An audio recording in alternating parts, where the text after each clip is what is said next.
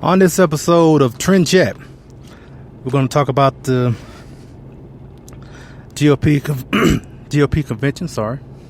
It's been a year since then, since being a national delegate.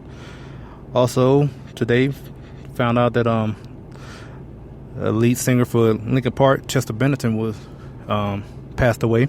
So we're going to talk a little bit about that. Actually, there's a bit of a connection between the two, if you can believe it. So, and I guess a little bit about OJ, I guess, maybe. So, all that coming up on this episode of Trend Chat.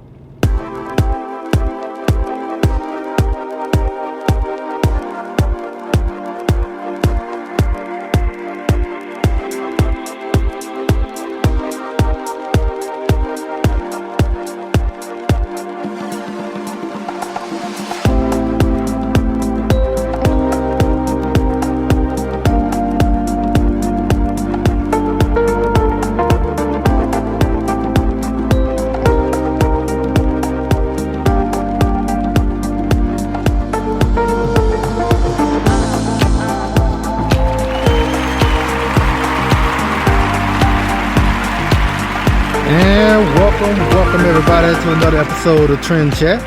I'm your host, Brian Bledsoe. And if you want to connect with us on social media, whether it's Facebook, Instagram, or Twitter, it's all the same name, Trend Chat 24/7. And I write for politichicks.com. If you want to read some of my articles, just go to politichicks.com/author/Brian Bledsoe. And don't forget about the new book, Politichicks, a clarion call to political activism. Get that out right. Which includes my article about becoming a delegate at the convention last year, basically a year ago today, and at which I will talk a little bit more on that, which is also in the article. But the book is available on Amazon and Barnes & Noble, and so it's 300 pages of different articles from various contributors like myself, talking about education, healthcare, social issues, religion, activism, where my article is in the section for activism. So I'll pick that up. And yep, on Tuesday, when I said I didn't know what I would be talking about, and I said, well, I'm going to have something to talk about. There's always something going on. Well, I didn't think the events that happened today would be what I'd be talking about.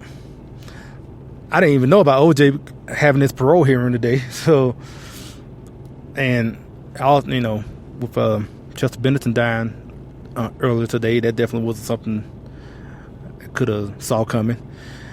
But I did know by Thursday it will be a year since the GOP convention in Cleveland. So I did know I was going to talk about that. And it's funny because in the past, I actually thought about the idea. I said I was going to talk about the convention. Then I thought about, hey, let me see if I can talk to a couple of delegates or, people, alternates to talk about their experience and talk about the convention a little bit. And, I kind of reached out a little bit, and it was very last minute. So I understood if I couldn't get anybody to do an interview, but I did get a couple. I had a couple of interviews ready, but circumstances happened to where everything fell through. So I guess it was just meant for me to just talk about it myself. Just basically go a more detailed view of the article I keep talking about this in the Politichicks book. And I guess that's what I'm going to do. So not going to try to bore you with it all, but just for me this week, like I said, it's been a year. It really doesn't feel like it's been a year. I mean, I know that's kind of cliche, but it really doesn't. Like it kind of flew by, and here we are, a year past. And so I guess I'll just start from the beginning. And this is something I've mentioned before on other podcasts, is that I didn't even think about becoming a delegate at all to anything, let alone the national convention. But I think 2014 2014, I was attending a meeting by the Northeast Tarrant Tea Party, and they were encouraging more conservatives to be delegates. At that point, they were talking about delegates to the state convention. And even at that, I was like, I don't even know what that is. I mean, I've heard of it, but I don't know what to do. So that's when after the meeting was over, I got in contact with Julie McCarty, the president of the Northeast Tarrant Tea Party, and she pointed me to some people as far as what procedures I need to take in to go in that direction at least. Because even though I was thinking about pursuing it, but it still, it wasn't a guarantee that it was going to happen. So from that point, I reached out to various people. One in particular, I would say, is Jennifer Hall, who was the Tarrant County Republican Party chair at that time, and she was a great help as far as telling me what I need to do and how to, and where to be, and what sort of things I need to have in my, I guess you can call, political resume or something like that. So fast forward basically to 2016, I just did what I normally do anyway, but I just kind of put it on paper. So I just continued to volunteer and do go into different meetings and whatnot.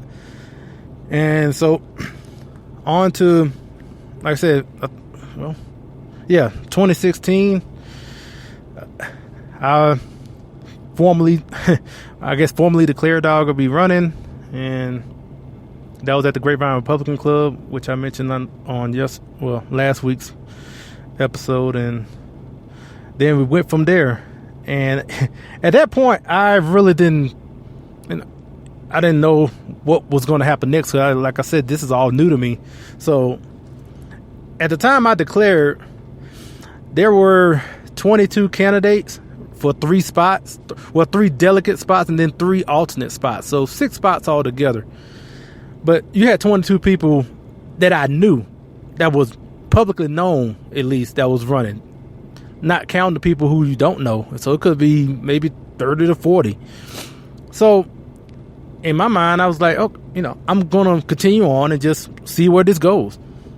And actually, I would say one circumstance that happened that pretty much helped me as far as getting anywhere close to being a national delegate or alternate, I would say that it was when Senator Cruz dropped out of the race, because that was in May.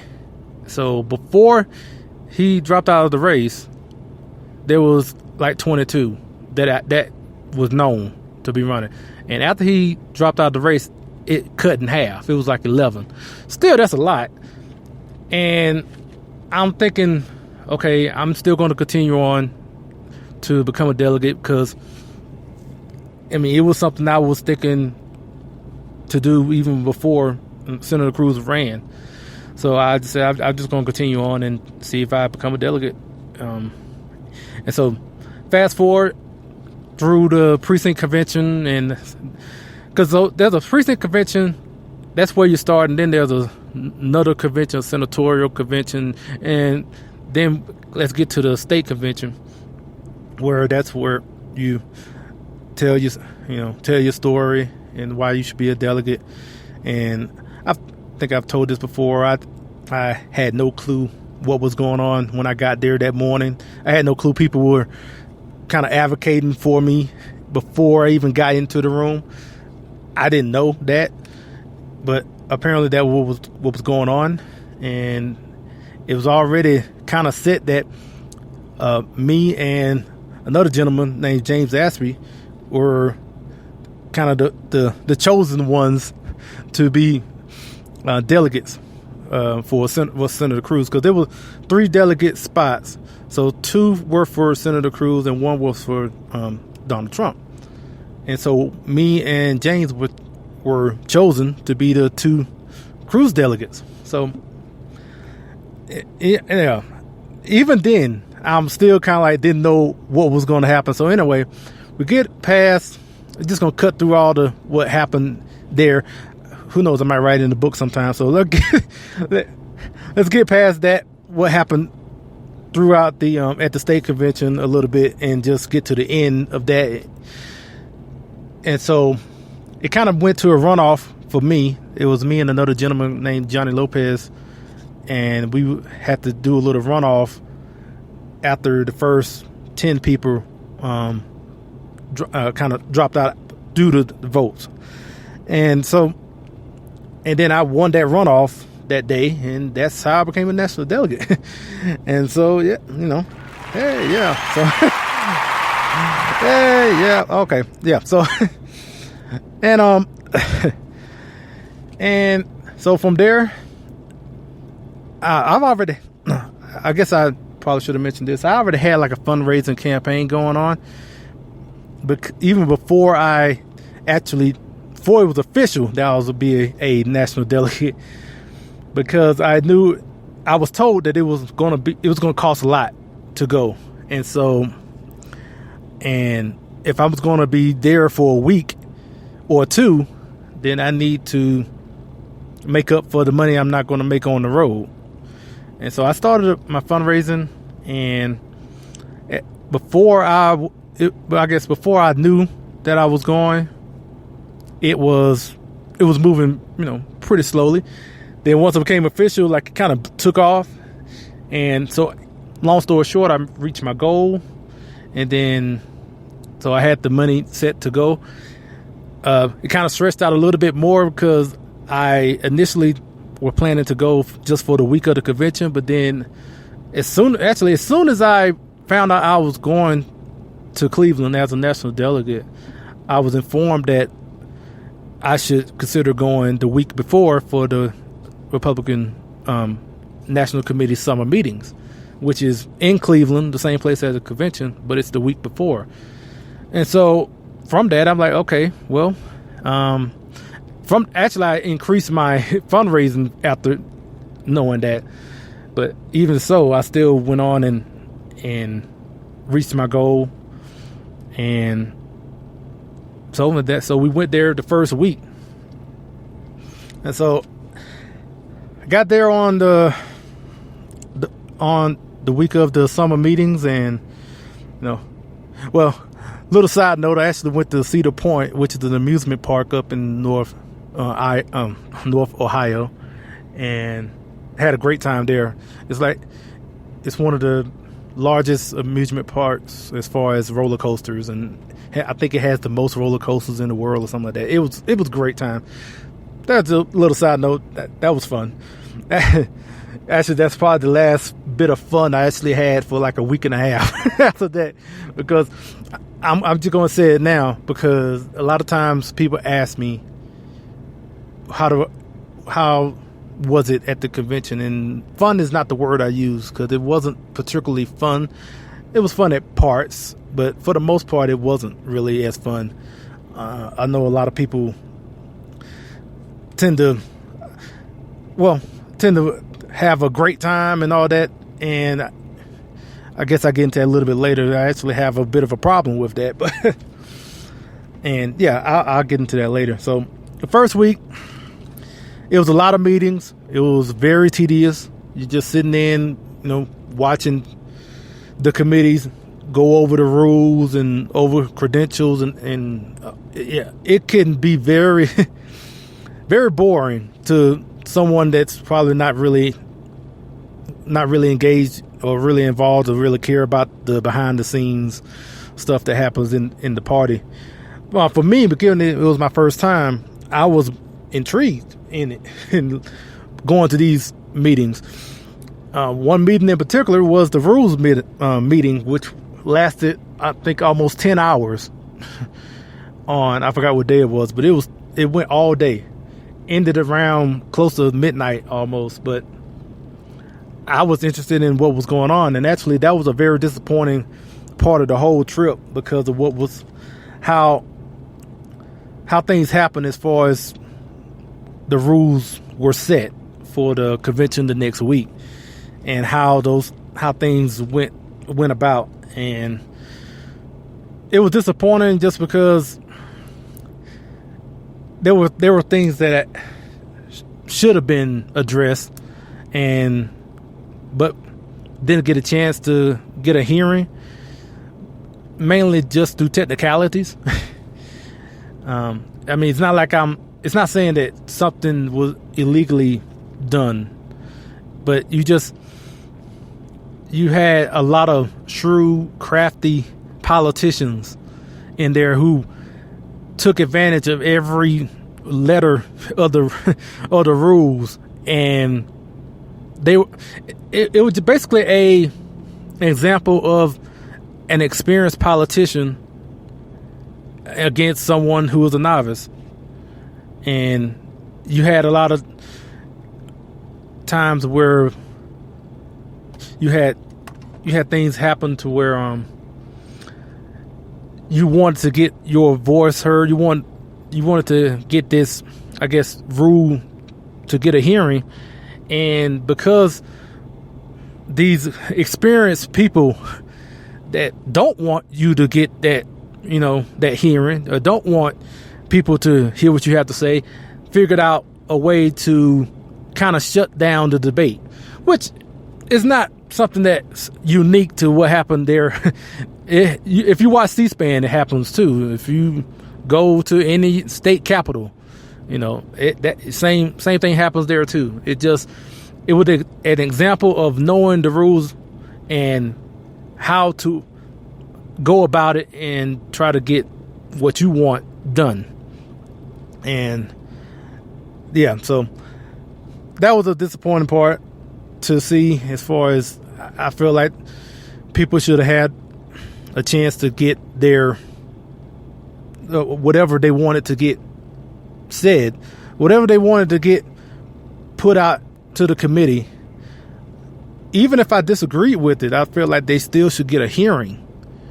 But because you had people who were able to get around it in certain ways by using the rules that were set in the beginning. So it's not like it was something that came out of nowhere. The rules that they're using were rules that they agreed upon at the beginning of the meeting. So, but like I said, if you don't really know how to use the rules, you can have it to where you can be blindsided about something, but you're like, oh, well, that was in the rules, but that comes with experience. So if I went back again, I definitely could understand and see what is going on a whole lot quicker than I did by learning right then and there and then going forward from there. So yeah, and so outside of that, then we're going to the second week, which is basically the week everyone sees on TV. And just to say this, whenever you watch any of these conventions, whether it's Republican or Democrat, what you see that week is mainly just a show. Everything that I talked about in the past couple of minutes, that was what the real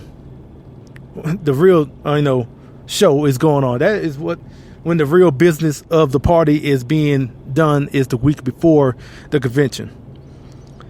And so when you get to the point where the lights are on and the networks are in there and they're showing it live for the world to see, the party wants it to go as smooth as possible. They just want everyone to say yay when they're supposed to say yay and nay when they're supposed to say nay.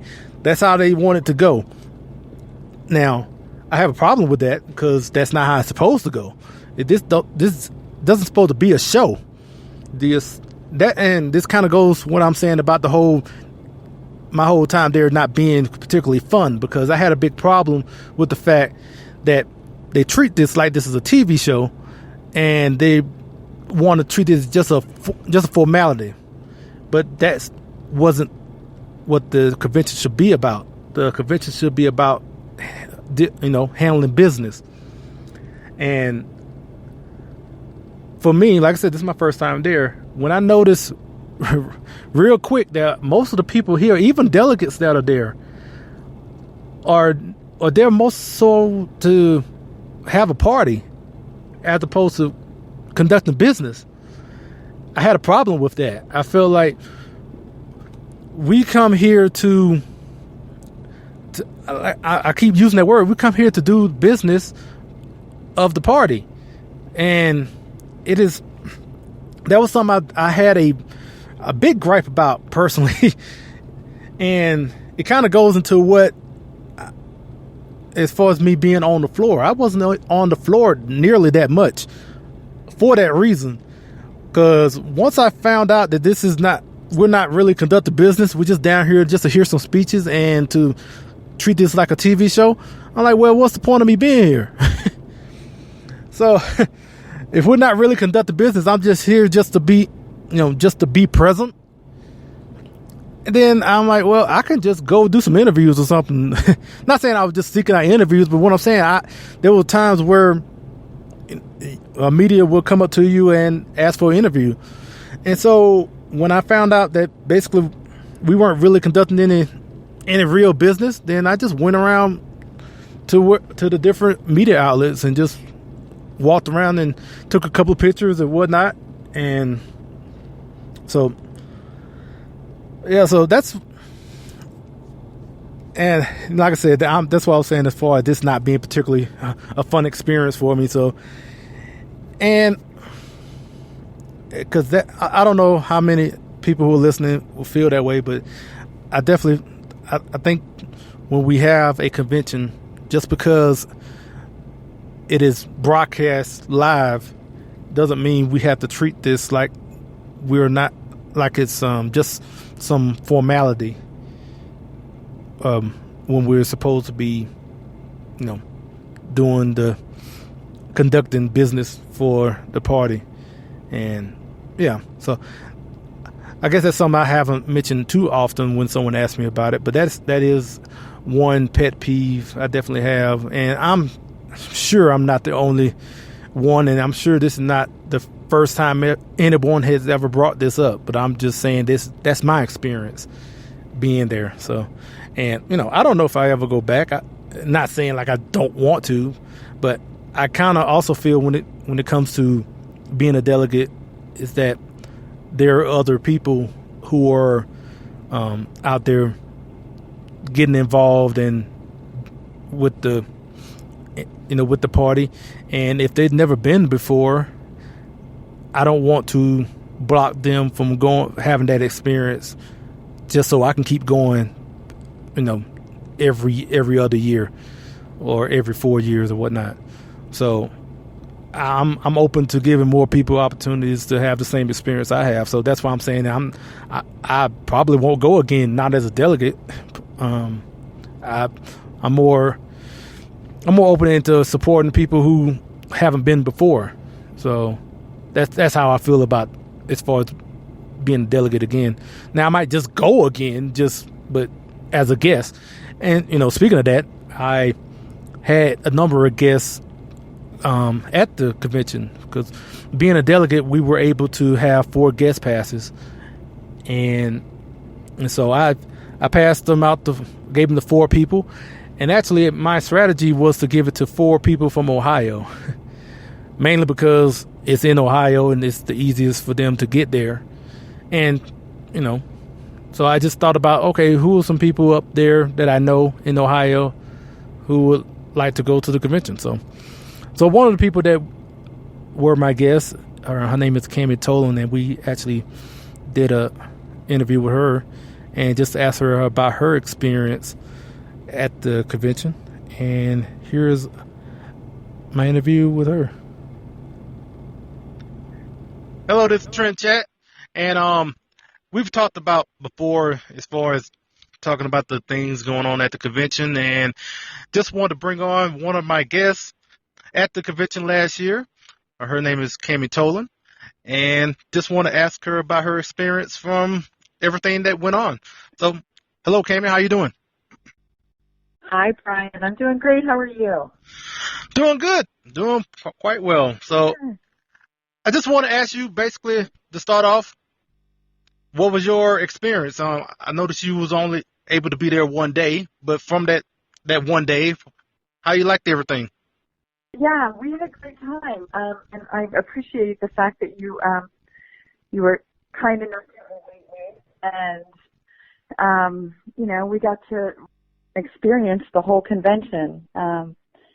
We got to meet some of the Fox News casters, Stephen Hayes, and we got to see Tucker Carlson. We got awfully close to him. We didn't get any pictures, darn it. No. But it was fun. You and I were in the media room. We were sitting at a table with a couple of the producers for who was that again, Brian? Roland Martin. Yeah, Roland Martin. he has a show on TV One. I think he's on the radio as well. But yeah, he had his producers there while we was in the media lounge area. Yeah, it was a great experience, as well as the inauguration. That was a great experience as well. It was exciting to be around a lot of like-minded people, as you and I, and get to meet them, and it was fun. I really enjoyed it.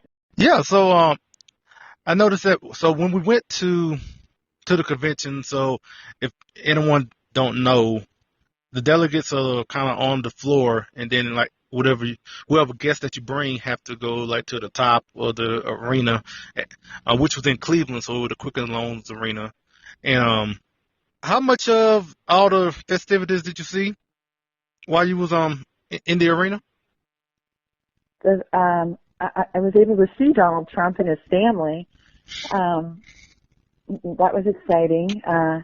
We were surrounded by some conservatives, some liberals. I know that you were down on the floor for a little bit, but then you came back up and no, did you go down to the floor? I can't remember. Were you on the floor or no? It was both. I was on the floor at first, and then I came up at towards the end. So yeah. Saw the whole balloon drop and all that. So yeah, that was pretty awesome. I like the way that they put it together. But it was an exciting time. This election was a nail biter, and just so glad that Donald Trump was elected and that he's doing what the people have asked. I just hope that he will build the wall, and I do hope that he will repeal this Obamacare. He will eventually get that repealed. Yeah, and actually, something that I didn't mention, you are a nurse, correct? So Obamacare is a pretty big deal for you as far as in your industry. Absolutely. And the healthcare it's almost like it's rationed. Healthcare is not what it used to be. The doctor's hands are tied, that they don't, it needs to be repealed. People are suffering from it. Do you have any particular examples as far as what Obamacare has done, I guess, personally? Well, I can tell you that Obamacare, I can't afford the health insurance. I do pay for my own insurance. I guess they don't even refer to it as insurance. I go through a Christian care ministry where we all come together and pay each other's bills. I can't even afford Obamacare. For my daughter and I, the deductible is $6,000. It doesn't start any type of coverage until you've hit the $6,000, and it's nearly $1,000 a month. Who can afford that? And because even if I opt out of it, thankfully with MediShare, legally they can't penalize me. So, but had I not had that, I'd get penalized it'd be a pretty high percentage rate because it depends on your income, and I think that's terrible, and it's robbery, it's theft, and they need to repeal it and get it out of there and start over. Yeah, and it seems like it's just getting harder and harder by the day for these Republicans to actually do what they promised these past 6-7 years, and it just seems like it's never going to happen, almost to the point in which it'd be very disappointing. And why? And I don't understand that, because they've got the majority in the House, the Senate, and we've got Trump, who is a Republican, and I don't understand that. Yeah, it is quite the quandary, I guess. It's very confusing in that sense. But kind of want to go back to the convention a little bit. like I know we mentioned that we were in the media area, so actually we did like a little video on Facebook Live because I was I was doing these updates as a delegate because when I was doing my fundraising for becoming a delegate and going to Cleveland, one of the things I would say that I was going to do is provide some updates about what's going on. And one of our updates you was in when we was in the media area, which it's funny because doing those media, those little updates kind of got me to where a little bit to how I'm doing the podcast now. Kind of, I guess it was something where I didn't know I was to be doing that then, but now after seeing that, I was already kind of grooming myself unknowingly to do something like this. Yeah, it's such a joy. It's so much fun to watch you too because, you get right in there, and politics has become a big part of who you are, and I know you really want to dive deep into it and make that a full-time thing. So, and I think that would be wonderful. Yeah, I definitely appreciate that. And you're good at what you do, so. Well, thank you. One last thing I want to mention before before we finish is that I kind of want to go back even further while we was in that media lounge. So while we were sitting there were, like we said before, there were two producers from the Roland Martin show. And one thing I noticed while we were sitting there, for anyone that don't know while you're listening, I am black, she is white. So I just want, I'm saying that for the story. So, so we're sitting there, and so the two producers, two black women, are sitting across from us, and we're talking, and they were very friendly, and we had a couple of conversations back and forth. I mean, we didn't delve deep into politics. We were just talking about just general stuff, like how kind of like the weather or stuff like that, I guess. And at one point, I noticed that one of the women was like sneaking a picture, trying to take a picture of both of us sitting there, because there was one thing I did notice while we were talking is that they kind of had a look on their face, especially looking at me, like, what are you doing here? Not so much because I'm in the media lounge, but they saw that I'm wearing a delegate badge, so they know I'm actually a delegate. So they're kind of looking at me like, you're a black delegate at the Republican convention. And that's kind of what I was kind of getting the vibe from them, even from our polite conversation. But it was just kind of like they were a little confused look on their face. And I just remember one of the producers. Yeah, so they sure did. And also me and you sitting together, and we're friends, and so that's why I didn't know if you noticed if one of the producers trying to take a picture. I did notice they were acting a little peculiar. Yes, they did. I wasn't sure.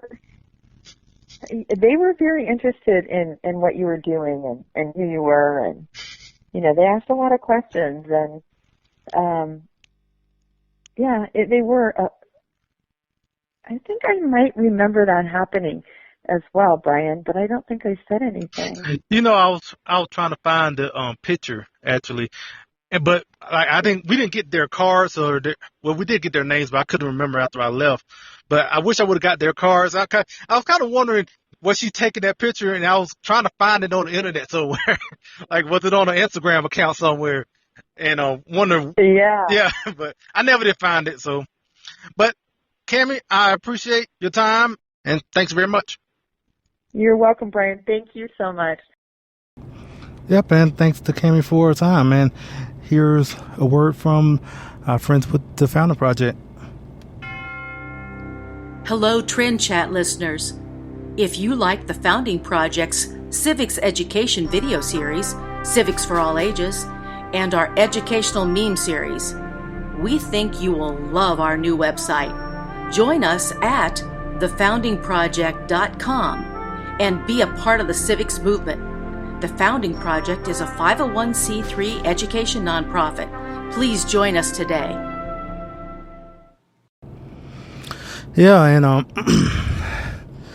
and talking about the at GOP convention, and so that basically what our interview with Cammie. Basically, that was the last day of the convention, and it's funny. That's what like I mentioned in the beginning, is where the connection between the GOP convention and Chester Bennington, who passed away today, actually come together, which is something else. It was weird then, and now it's even weirder now to be talking about this. But so after the convention was over, there was a concert in Cleveland around basically after the convention was over. Well, I guess it was going on while the convention was going on. And some people were telling us that I guess they got an invitation and asking us, that we want to go. At first, I was like, it didn't matter to me. I was like, I don't care. Sure, let's go.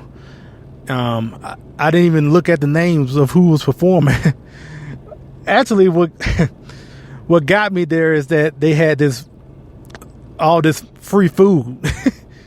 Yeah, that's sad, but yeah, that's true, because we're like, oh, they got a lot of good food here, and they had like French toast and all that. It was a nice spread they had, I guess, put it like that. So the only name I recognized, at least when I looked at it, when I glanced at the invitation, I think one of the members of ZZ Top was going to be there. I was like, okay. I was like, sure. And I was just thinking about just going to eat a bunch of food while I listen to some music. But I heard a voice that I've heard many times before. And I was like, hold on, I know that voice, because I'm way in the back, so I can't even see the stage. And I'm hearing like, that voice sounds familiar. And I looked up, and I like walked a little bit closer toward the stage, and I know that was Chester Bennington. Now, I feel like I was probably one of the few people who actually really knew that he was up there, because it's not like it was advertised as Linkin Park, because the rest of them weren't there. It was just Chester. And I'm like, that's Chester Bennington from Linkin Park. And I was a huge Linkin Park fan for years. I had all the albums all the way to like 2007. And yeah, so and so I saw him, like, I went up stage and I took a picture of him on stage, and then someone asked, hey, you want to take a picture with him? I'm like, sure. And so I posted those pictures today after hearing the news about his death, which has been reported as a suicide, which is it's even worse, because, and like I said, and thinking about the GOP convention and seeing him there, that was just kind of like, I didn't expect him to be in the same area, put it that way. And also, it's funny because as someone who was a big fan of Transformers, which I've mentioned before on here, he Linkin Park, did the theme for the first 3 Transformer movies. So as someone who loved Transformers, and to hear that one of my favorite bands were actually doing the theme for one of my favorite cartoons that's turned into a live action movie was just great too. So Linkin Park has been very connected in ways, but one thing I do say, when I talk about Linkin Park, I definitely say I was, because I haven't been listening to their music since 2007, and because it's kind of one thing in hearing about his suicide today. A lot of the lyrics, they're pretty dark. I wouldn't say anyone to just go back and listen, because there's some pretty dark lyrics, and for me, especially when I became a Christian back in 2007, it's kind of something where I kind of stopped listening, because it's just something that I wasn't there anymore. And one reason why I kind of gravitated toward Linkin Park, because a lot of those lyrics that were in those albums, I could relate to them. I felt I could, when I'm hearing it, In the End and Crawling and One Step Closer, Numb, all those songs from their albums, I really could understand where he's coming from, and at that time. So, but after the time of me becoming a Christian, that's where I found my peace in Christ. And like I said, it was reported that it was a suicide. So, it seems at least that maybe Chester never found that peace, and which it makes it even more sad. But it's like I said, I can just think back to some of the songs. One song in particular called "Shadow of the Day," which, if you listen to it, you might want to say it sounds like it's a suicide song in a way. It's how your friends and loved ones would react to if you were gone. So yeah, there's definitely something I didn't expect to be talking about today. So, but yeah, it's very sad for him, for his family, and especially for the guys in Linkin Park. Yeah, and so then I guess I didn't want to end it on such a down note, but I definitely want to talk about that today. And well, we're in Denver tonight and actually getting ready for the Western Conservative Summit, which starts tomorrow here in Denver. And hopefully we'll get a couple of interviews, and if we get a couple of interviews, we'll play them on Tuesday. And you know how it goes, just like CPAC and the NRA convention.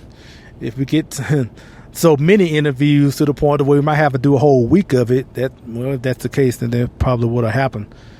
But we'll see in the next couple of days what interviews we get, and I'll definitely let you know, and we'll go from there. So